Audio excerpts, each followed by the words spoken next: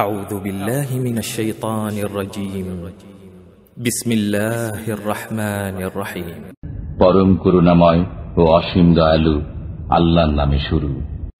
ألم تر كيف فعل ربك بأصحاب الفيل আপনি কি দেখেননি আপনার পালনকর্তা হস্তি বাহিনীর সাথে কিরূপ ব্যবহার করেছেন?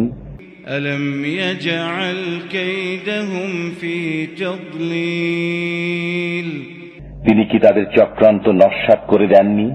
وأرسل عليهم طيرا أبابيل তিনি তাদের উপর প্রেরণ করেছেন ঝাঁকে ঝাঁকে পাখি।